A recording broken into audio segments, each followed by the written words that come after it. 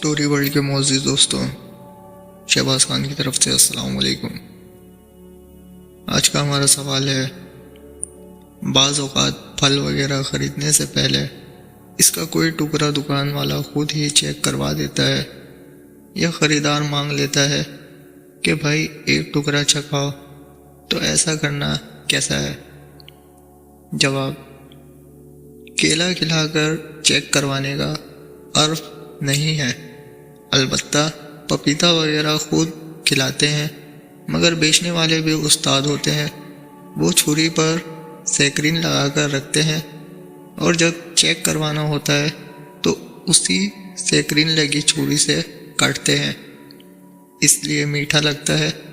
اب اگر تربوز میں کسی بیچنے والے نے اس طرح کیا اور کوئی بیچارہ پورا تربوز خرید کر گھر لے آیا تو جب وہ تربوز کاٹے گا تو اسے اپنے سر پر مارے گا۔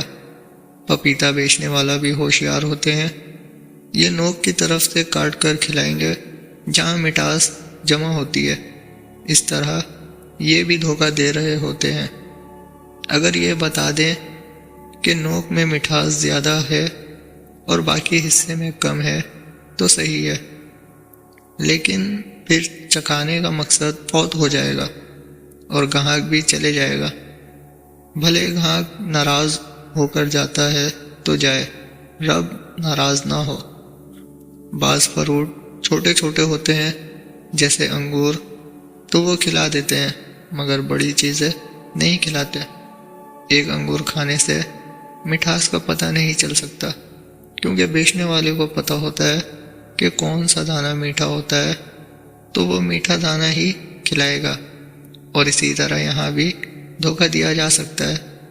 بیچنے والوں کو بھی دھوکے سے بچنا چاہیے، کیونکہ نبی پاک صلی اللہ تعالیٰ علیہ وسلم فرماتے ہیں، جس نے دھوکہ دیا وہ ہم میں سے نہیں، یعنی ہمارے طریقے پر نہیں۔ دھوکہ دینے والا قیامت کے دن بڑی مشکل میں ہوگا۔ اللہ کریم ہمیں حلال کمانے کی سعادت بخشے۔